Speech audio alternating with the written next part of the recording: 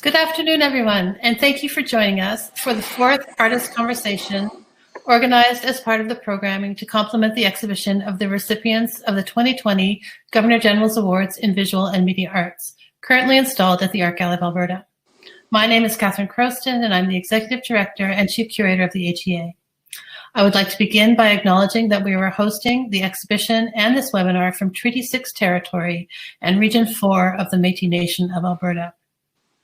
We acknowledge this as the traditional and ancestral home of the Nahiawak, Cree, Anishinaabe, Saulteaux, Niitsitapi, Blackfoot, Nakota Sioux, Dene, and Métis peoples, and acknowledge the many Indigenous, First Nations, and Inuit peoples who make Alberta their home today. We recognize that this acknowledgement is just one small recognition of our work and the need to address and reverse the ongoing impacts of colonization.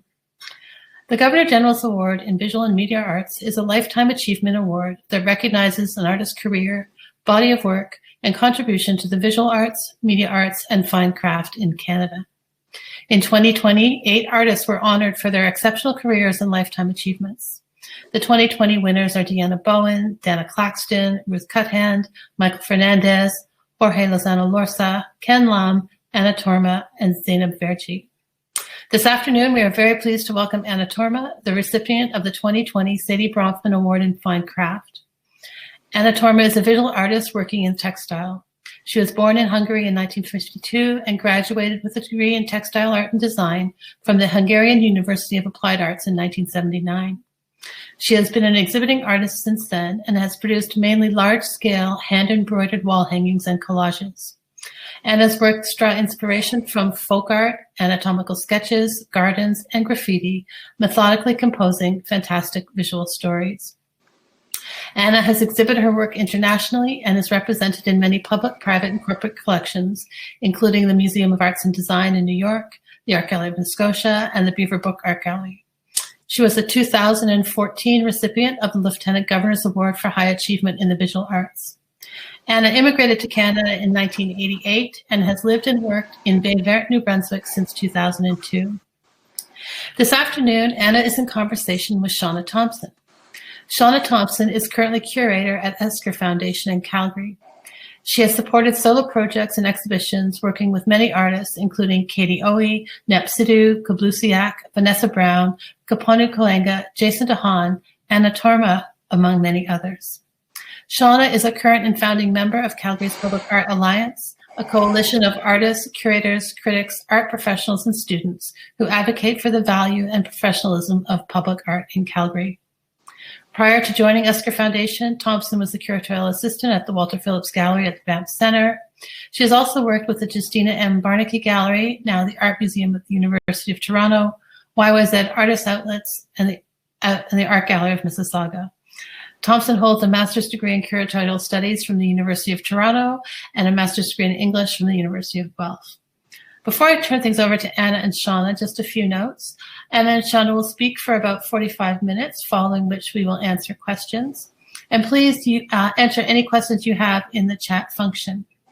I would also like to take this opportunity to thank EPCOR, who support AGA online programming through their Heart and Soul Fund, and the Canada Council for the Arts for their support of the Governor General's Awards exhibition and this program. Please join me now in welcoming Anna Torma and Shauna Thompson.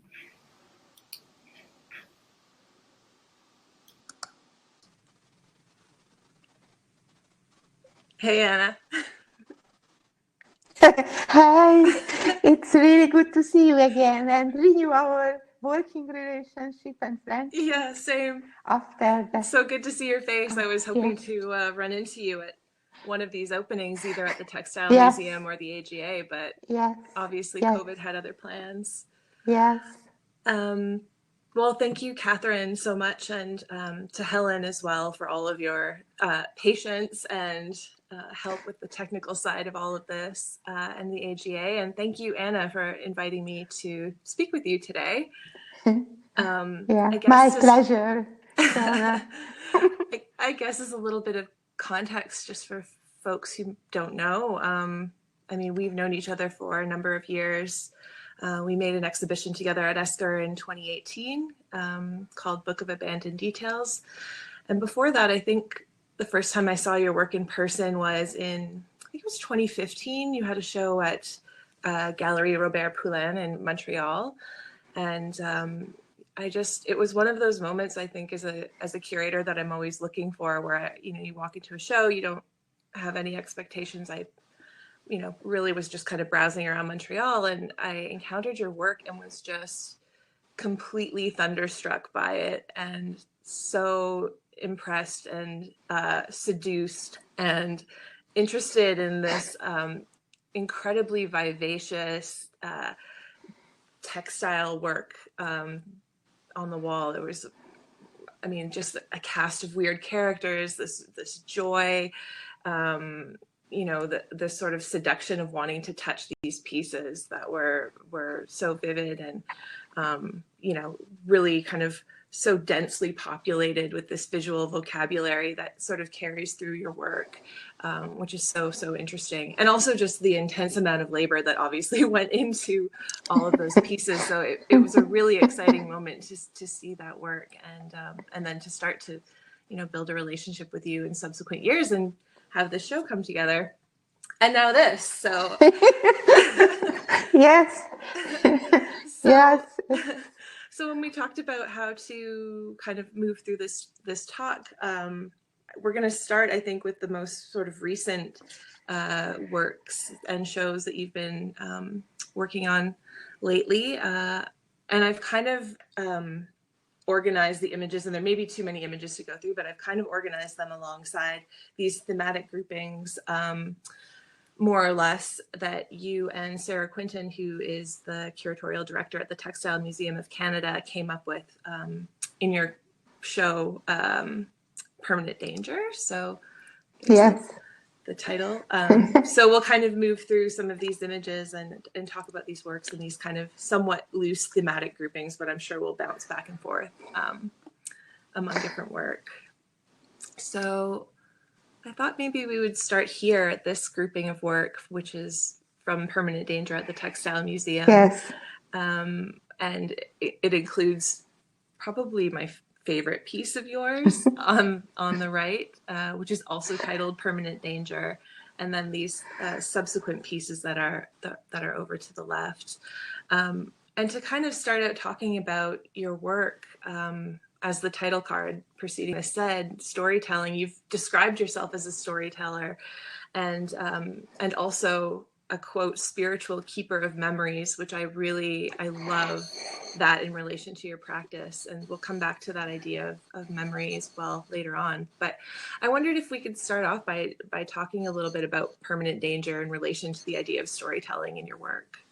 Yes, thank you, Shauna. So I don't know where I might begin, but probably I will begin how can I ended up with this group of works, and how prepared myself to make a big exhibition in Toronto. Because if the opportunity is calling, and if you feel it's a big one, then you will examine your possibilities, or what did you do before, and what is your recent status, and how can you build those exhibition or those group of work which stays with you for 2 long years. Because you just mentioned my work is quite time consuming, and I really need to sit 1 or 2 or many in a number of hours to complete well with something. And what will be the meaning of this exhibition, and what will be the odd to my storytelling or textile designing or artist practice. And the phase when we just decided and begin to fet the museum space, and what would be the starting point for this whole work in progress with Sarah Quinton. That was the first point when I decided, okay, I should take as a start the Permanent Danger, which was already ready piece, and enjoyed back and forth and exhibited already 2 places. It was a design biennale in Burlington once, and after that the Esker Foundation gave me a fantastic, beautiful display. The one room was it's his own, and it was beautiful and very air-like and really poetic hang. And I thought this piece is really deserves something which can be a little bit add-ons or just to open this whole world what begin into life with the piece. And I was lucky because when I just thought what should be the role of the modern storytelling in this society, in this era, and so these recent days in Canada, what should I say, and what the people would say if they, they they say the modern fairy tale story or whatever. And I thought it would be really nice to face with those pieces what was always my favorite and I always wanted to see in real.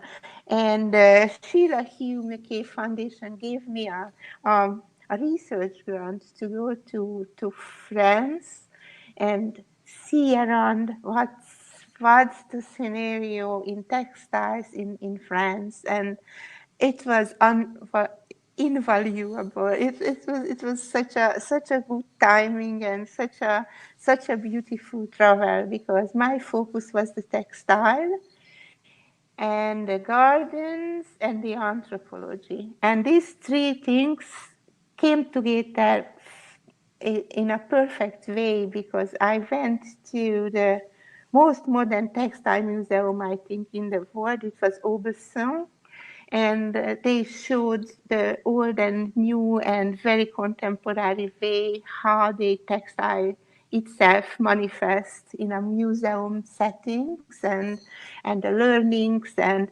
even the how do you fake things in tapestry. So those really unique 30 points when you really want to achieve the tapestry-like view, but it's a kind of fake, but it's very uncertain aesthetics. Those gave me an excitement and very meaningful things in travel-wise and in Lyon, not just the Silk Museum, but the Confluences, the most beautiful museum in anthropology in recent years. And I saw how I was so happy to see the Confluences Museum because the anthropology gives us not just the artistic approach of life or human studies, but in a very material way how the development of the human race and human brain and the art. So it fused everything together what I really like as an approach because if I tell stories, it's always embedded into culture and embedded in time and a special place. This is always larger than the special personal approach to a fairy tale. I always hoping, at least hoping, it says more from me and from my time here than just my absolute private life view. And this travel gave me the comparison, who am I and how they did beautiful tapestries at the past, even at the Middle Ages. Why is so beautiful and why is stays with us, as an aesthetical form, as just a piece of fragment or piece of tapestry or embroidery or So the story there, it's more sometimes or almost always more content, because if you see the tapestries in Angers, the Apocalypse tapestries are about the Bible and the interpretation of the Bible. But I don't have Bible now, to interpret. I really need to invent my own Bible. What is important and what is interesting, because the interesting part is always comes into play. Yeah, I don't want to be boring. I really want to offer something really interesting, and say it as I can. Yeah. So that's it's a little bit longer. This because I really never had an opportunity to properly thank this foundation to give because of the COVID time, just not allowed to speak publicly about this marvelous travel. And even the gardens, but probably the gardens coming later. But the storytelling part and those masterful pieces that I found in Angers and in Paris at the Cluny Museum, the unicorn tapestries and many more.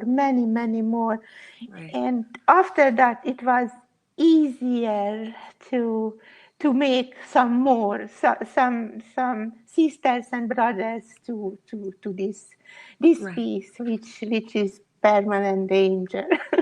Well, this is such an interesting piece, because it is, as people notice, it's suspended in space, and so it becomes more than just a surface that you've worked on. It becomes almost like a sculptural object that you can traverse around and go forward. Yeah, because I always you can enjoy it from the front and from the back, and the flip side gives you such more interesting details, and gives the whole things alive, and you think you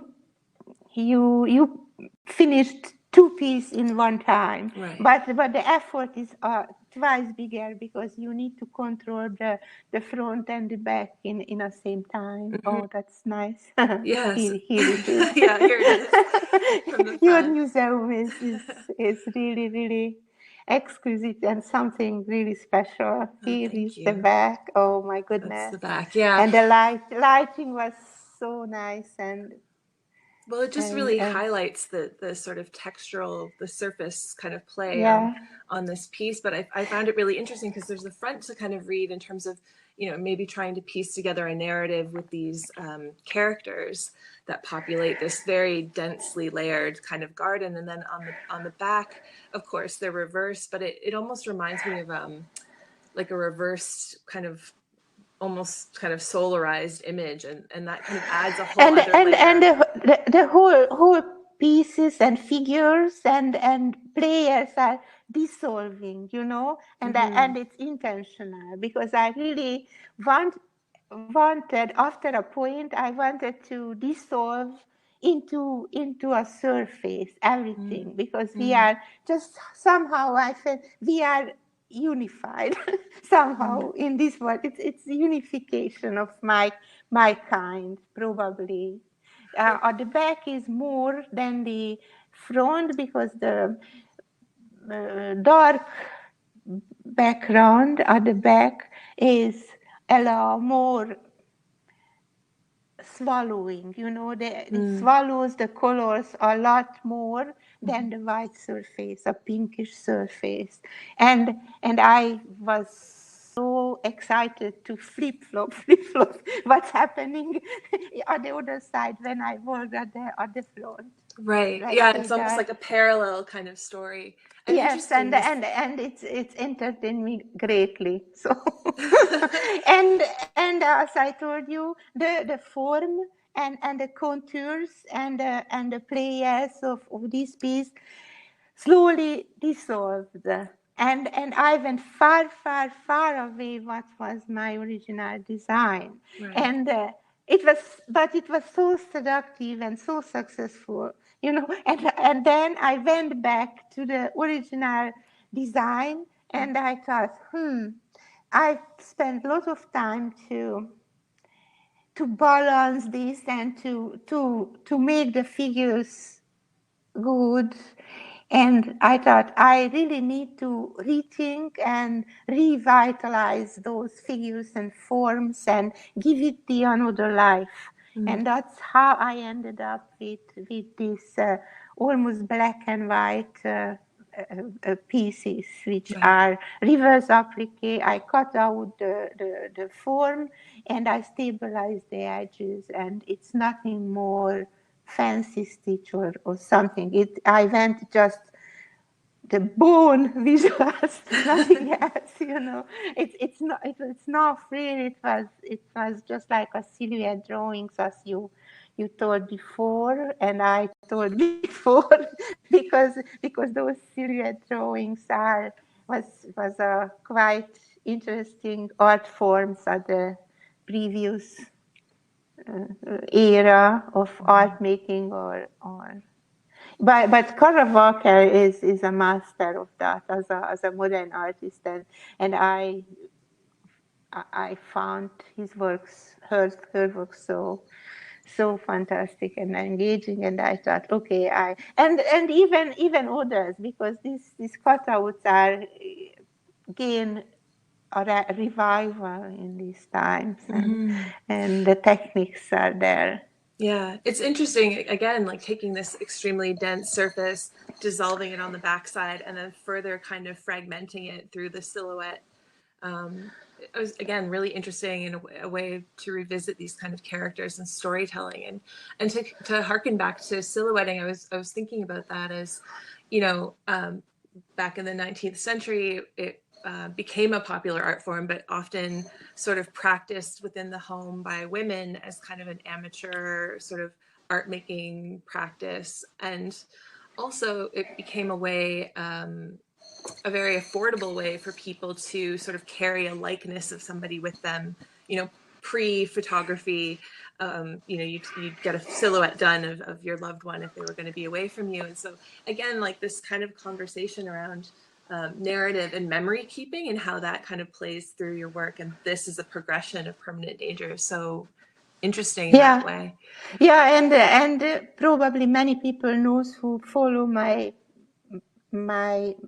work that I have a really fond connection to those makers who are undervalued or marginalized, or they are somehow on the periphery of the mainstream art making. And I really strongly believe those are the people who should come more often into the big circle and fertilize this ground what we have. We are art making and workers who are taking care of the audience, connect the audience and the artist, and those people who are out of this circle, they can offer a lot more and more. Even indigenous people and mentally handicapped people, or even children are in this category, because sometimes they are geniuses. and if you discover that, and if you feel those vibrations to relation to your practice, then it's fantastic, fruitful and enjoyable. And I was lucky because I had at home two geniuses. I just stole everything from them, and I use it, and we don't know yet who's who in the group, because they became artists and everybody is working independently and they enjoy their practice tremendously, and it came from the parents. How can we how can we interact with each other without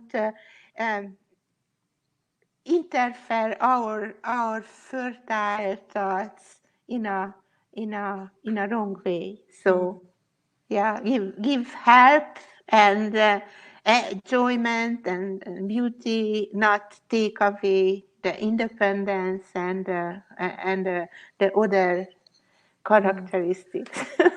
Well, I mean, that's such a great and again important part of your practice. We'll talk a little bit about you working with your family a little bit later on, but speaking about fertilizing a landscape, I thought we would segue into this kind of idea of the physical world, and then celebration and order and chaos were two other kind of groupings of works at your textile museum show. But you are currently on the cover of Canadian Art Magazine. It came the biggest surprise in my life because I never thought it will happen, and even more interestingly, not the starting point for this celebration was not my artwork, but my garden, which is an underdog on many ways, because I really need to focus on my art making,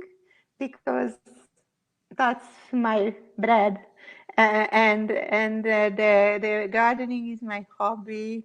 More than the hobby, it's in my heart, but time is scarce, and I really need to think twice how much hour and where to spend. But it gives me, and the writing itself. I had no experience to write in other language than Hungarian, and that was my first publication in my second language, in English, and they were fantastic. The editors, they helped me out tremendously, and they were fine and encouraging, and I felt I accomplished something because I summarized my view about the garden, about ecology, and about my biological studies and everything, somehow it's a good thing if you have a point in your life when you sit down and you think, okay, I did this. I didn't become a scientist or biologist, but somehow the hobby is worthwhile to keep, and and it's a philosophical, not just physical.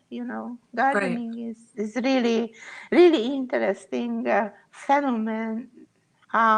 First, when I I don't know, just ask because my thoughts are so.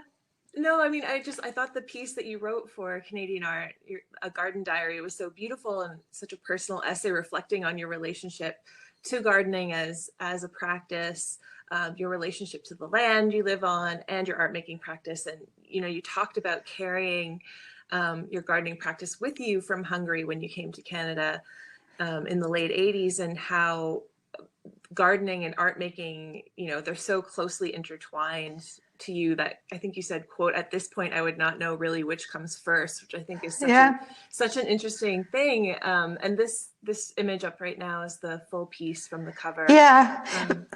So could you talk a little bit about how your two practices kind of inform yes, because one another? you see many flora, fauna, and vegetation, and you can observe the flowers and the roses, and the greenery is a little bit more real than the other creatures here, because the other creatures are the cultural players of my world, but the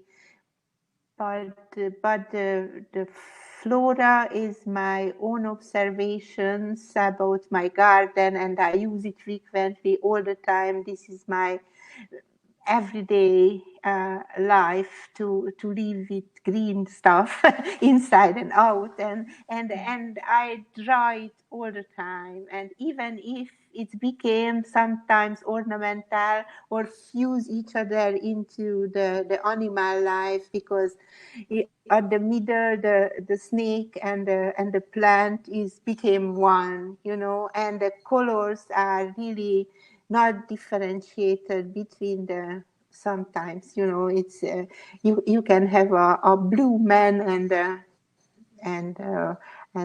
green garlands and things and but talking about colors is again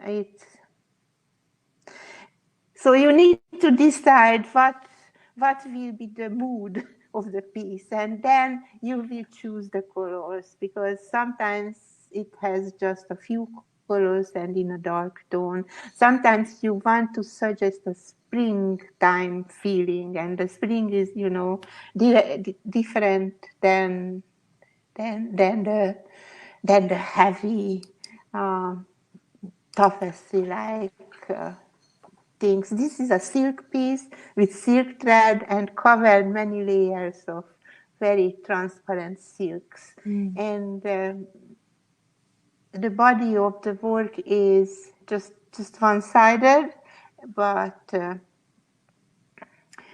densely covered.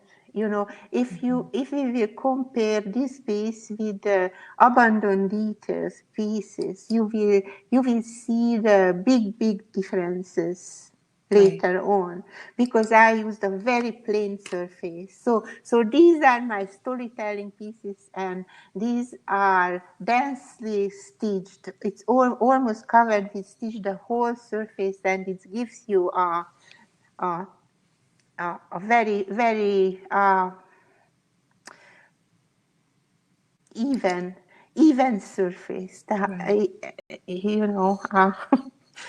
Yeah, I'm also interested in just the idea of working the earth in your garden and that kind of process of how you actually learn about plants and the earth and where you are, and how the same kind of durational labor, I guess, with the materials that you have in your studio, like it's also a kind of coming to know those materials as well, and making decisions based on how you know the materials and how they'll be together, and how easy or not easy they'll be to work with. And it became a statement, if you tend a garden, then it doesn't mean you love pretty things. You tend the garden because it can be a food making process.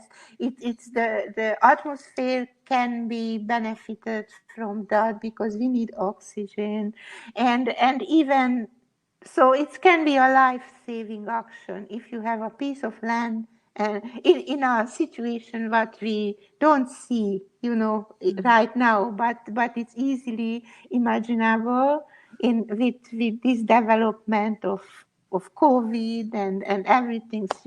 You can imagine we will be a scarce situation with food, with greens, with everything, and if you can do that, it's more than just the. So you need to know your world, where you are, and what is the nature surround you, and why you need to keep the forest, why you need to value the kitchen garden in some kind, or or your own garden with flowers, and use it in your carpets. Words are sometimes, just don't cover well what I want to say, but I try my best. I promise. You're doing great.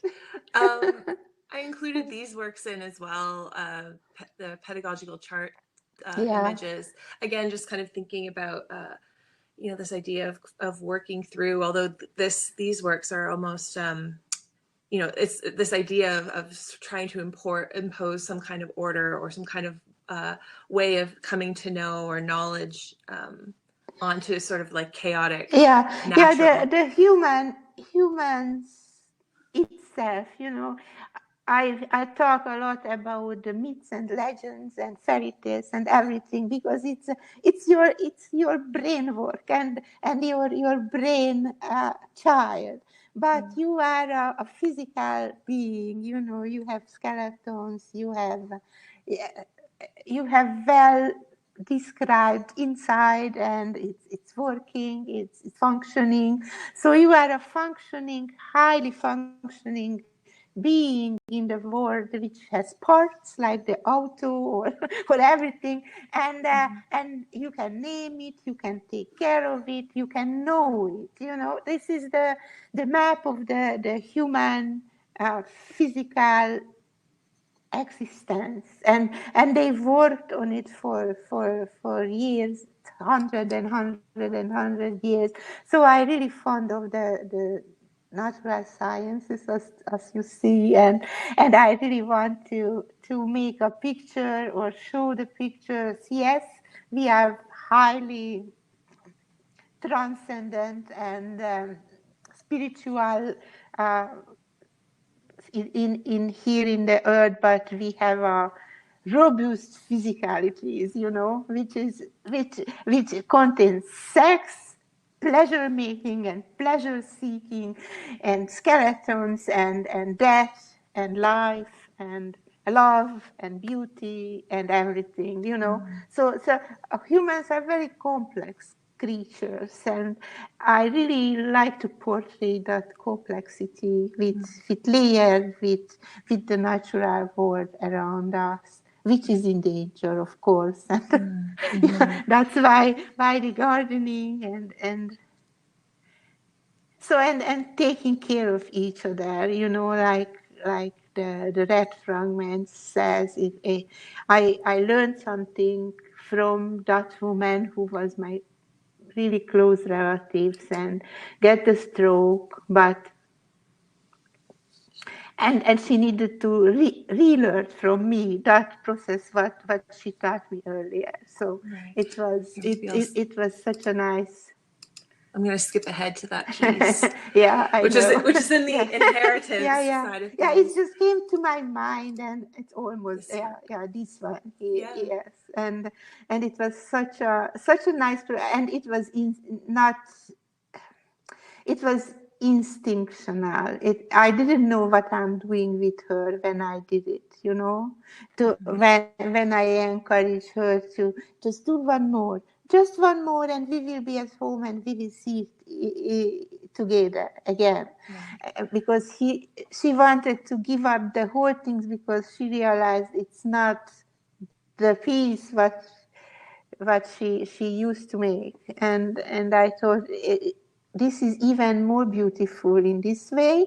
You just should continue to do, and she did that for me. So just to step back for people who might not be familiar with this work, there's sort of a 3-part installation directly on the wall here. It's called Red Fragments, and do you want to maybe walk through each kind of segment? What I just explained, this is the lower part, which is a Transylvanian red embroidery, a perfect one. The beginning, it's a pillowcase. What she did when she was a very young woman, and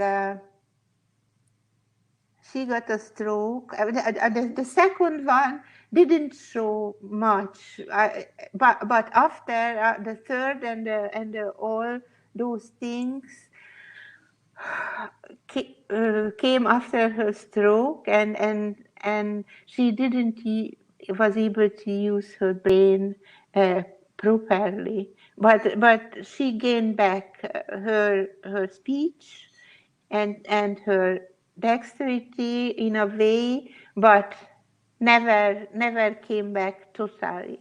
And we used to laugh on it because it was such a beautiful effort what she did, and you said that she wasn't ever working from a pattern, but it was sort of just it was in her. That's why it was so devastating for her, just to realize her brain, it doesn't work anymore in that way what it's used to. And you know, this facing these facts, I think it's for everyone is really shocking, right? And we are not saved from that feeling, because we all will aging if we are lucky enough to be here for a little bit more. So, and then the right corner, the big piece is my similar feeling. When I came to Canada, I cut off all embroidery pillowcases and things what I brought from Hungary, because I thought here we need a quilt pattern, and how is it work as a quilt? So my identity of the European self and the North American self is collided in this red and beige piece, and that was the result. I don't know, and another part which is gives you a free interpretation of everything, what it's just an explosion or cohesion, I don't know. So this is a pulsation between cultures and many segments and fragments and pieces about life, about death, and it's just a throw, like you put it to the wall, but it's no order. It's a symbolize some kind of different chaotic things than I produced and my relative produced with the brain, damaged brain. So, and the world itself produced the chaos, Right. It's a beautiful example of this, many things that are at play in your practice in terms of different ways of collaborating with family members, of taking fragments of old work or found pieces of textile and kind of bringing them together and preserving them in some way, or reconfiguring tradition in some way, which you do see kind of occurring over and over again in a really interesting way. I've added this piece in, Carpet of Many Hands, which also speaks really strongly to your collecting practice, and wherein you're really just kind of pulling together these fragments of textile work that you come across in your life and holding on to them, and then I guess finding a purpose for them. But I'm really curious about what compels you to collect something, or what makes you want to hold on to something. I am so much fan of textiles. This is the best platform to be for me, because I can say so many things with this language. But first I inherited, after that I learned, but mostly I practice for a long time, and I know it's the best. And I have gravitation to certain aesthetics, which are, as I told, sometimes is outsider or kitsch or those things what those housewives made to beautify their environment, and I thought, okay, why don't we fuse everything together, and even including my work, and my role here will be as a director or the curator or whatever, and I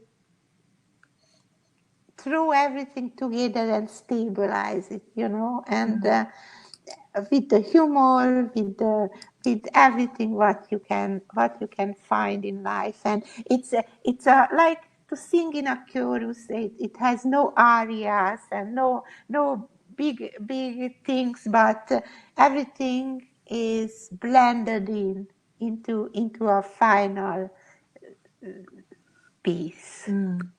So the blending was the important, not the main point, and you don't know the origin of the certain pieces, and you don't need to, because it's beautiful on its own right, everything.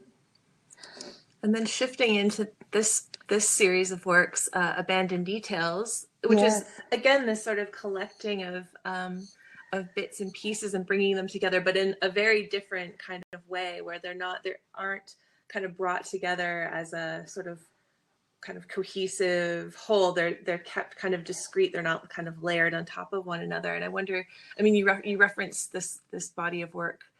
I really like to tell something about this, because probably I never did, and I just thought through, what was the motivation behind it, and it came to my mind when I was at the Alps and saw the excavation of this Stone Age layers, and they built a museum, and the found pieces were arranged beautifully in a showcase, in a beautiful cases, and thematically grouping, time-wise grouping. So the groupings can be in many ways, and in that display, it was so beautiful for me, and it became a kind of goal to make something with that in a very pristine surface, just the pieces, and show the individual pieces in a good showcase. But I had no opportunity to make these beautiful frames, and the frames are really the part of that thoughts, it makes us a display case, not the frame, not the picture frame, but the to be actually framed. Yes, it's a display case, not the frame, in my eyes. And before the Esker exhibition, it's never come to me, because it was such a nice way to collect all of those parts and make it as a anthropological display, let's say that. And all of these pieces, most of them are kind of discarded or abandoned details from previous works of yours, or didn't fit anywhere, because of the color, because of the forms, and it was really, but in every piece I really needed to find some main piece. Probably it's the motive behind it, so it has here it has a one main actor, and then the others are just making a row or making a color scheme. So it was more instinct after that, when I decided it will be a series and it will be a showcase, and it goes into the wall, and those elements what are doesn't work in a storytelling way with densely covered surface. Right. And this is the fact. But how do you do that? It gives you the another question, because you really need a different approach of the making. If you are complete this very loose and nicely organized things, how do you stabilize the whole things, and you need to spend time with that. How do you achieve what you really want to the viewer to present? So I mean, arranging them, there must be kind of looking for a logic, and I find it so interesting, like the way they're ordered. And I think we talked about this when we were installing them. It's like you almost want to read them as if they are like a block of text or like a paragraph. There's sort of a logic of kind of going left to right, up and down, which again is sort of interesting to think about, the idea of storytelling and texts and communicating information in these different ways, in these kind of like fragmented or abstracted ways, and how your practice has kind of moved into this abstracted Yeah, way. and more is coming, because I really didn't explore the black and white side or version of these things. So I really want to restrict myself just for two colors, and how can I make very interesting statements with that. It's always coming something interesting into my way, and even I probably we can mention the last thing with the wrappings, because that's my Sure. favorite things too. Yeah. Okay. We'll move forward. I was so hungry to make some collaboration with someone. Yeah. and the collaboration can be in with names, with real people, and then I found my collaborator with Istvan, who's my husband, and he's a sculptor, and he has so much different approach to textile. If he does wrappings, he does bullets or so hard. I am soft and fine, but he does really strong objects from textiles, and these wrappings are somewhere Judith Scott and Sheila Hicks, because the roughness and the fineness somehow in between. But I always have inspirations from other people who did masterly before me, and it's not restrict me, but encourage me to do try something like that. If my feeling or our feeling goes in that way, then it's fine. It doesn't really matter. It's the originalities comes with the flow. That was my experience, and we are really happy to work our leftover clothing, leftover yarns, and everything, because I just discovered, I have material for a lifetime, and I don't want to throw it away, and what to do with it. So these things are probably many people know these feelings, and what to do with such many shoes or such. Right. Well, it's so it's interesting, because when I was seeing these pieces, these wrapped pieces start to appear on your Instagram, I was just like really interested and very curious about what you were doing. And it seemed like such a departure, but in so many ways it isn't. If you're, again, you're sort of repurposing these things that you have in your life and reworking them in some way. And again, collaborating with family, which, you've done so much with the imagery in your work. So it is a kind of natural progression. But so interesting. Yeah, and you need a very long span, working span to complete something, and this wrapping is really, really that category. Patience and engagement, and really strongly believe you do something with this futility what you always engaged in. Well, I'm really excited to see where that goes. I've come back on because we have some questions from your viewing audience. And a lot of them have to do with time and temporality and labor. So I think I'll ask the simple question first, which is, how many hours on average does it take you to complete one of your fully embroidered works? The large hanging. It's absolutely varied by the density of the stitches and the size of the piece. I can say it's let's say the main piece, the permanent danger, was 9 months, I think, something like that. 9 months. And I work professionally, let me tell you. There is another question about that, which is how do you manage with all of that labor and time to be so prolific? I don't do anything else.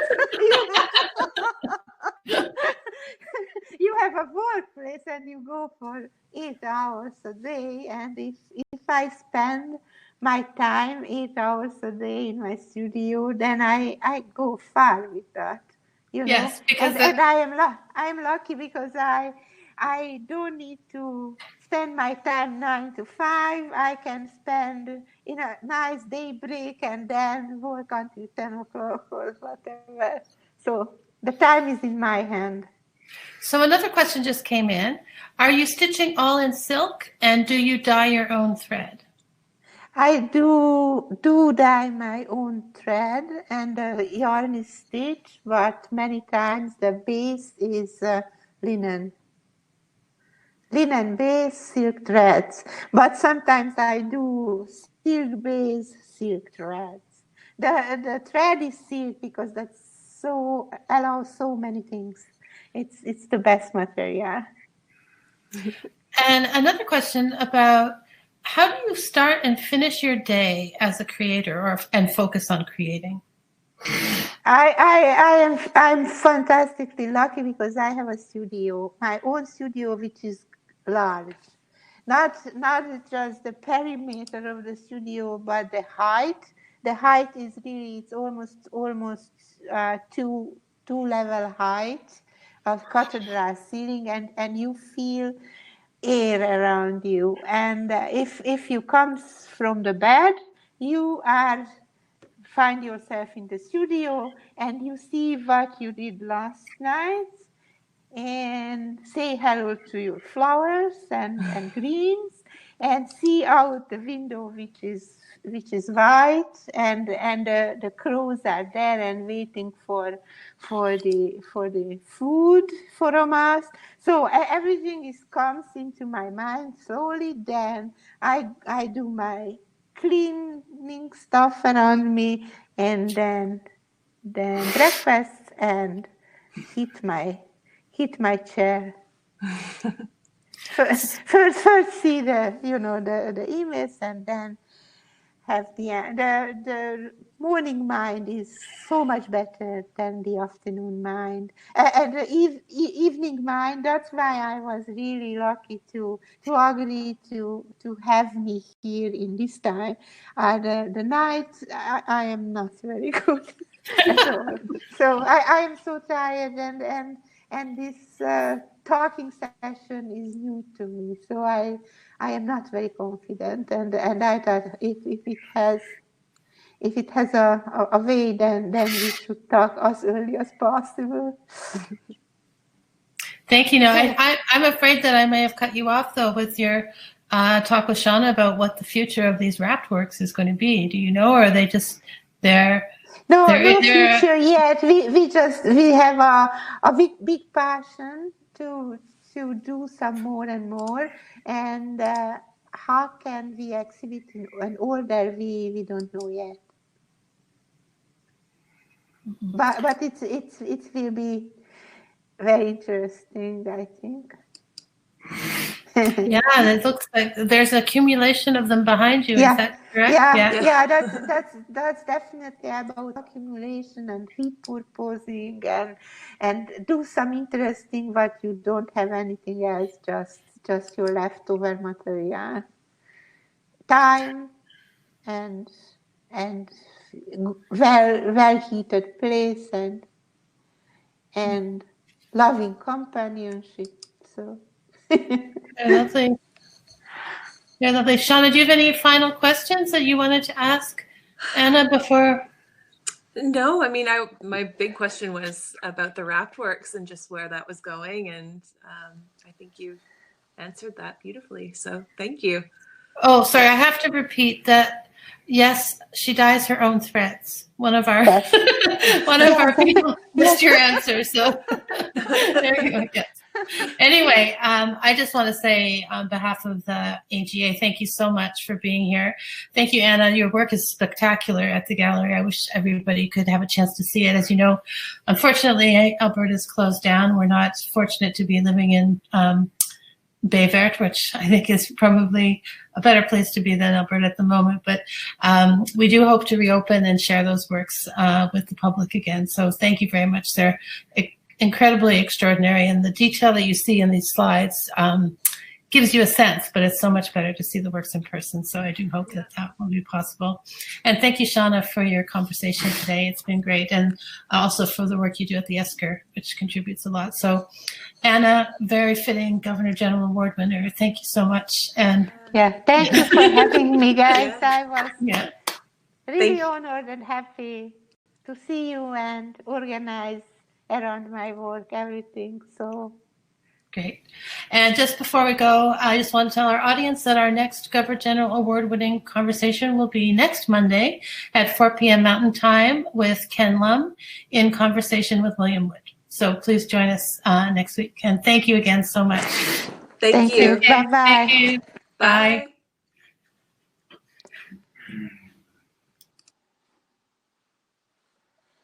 Where is it?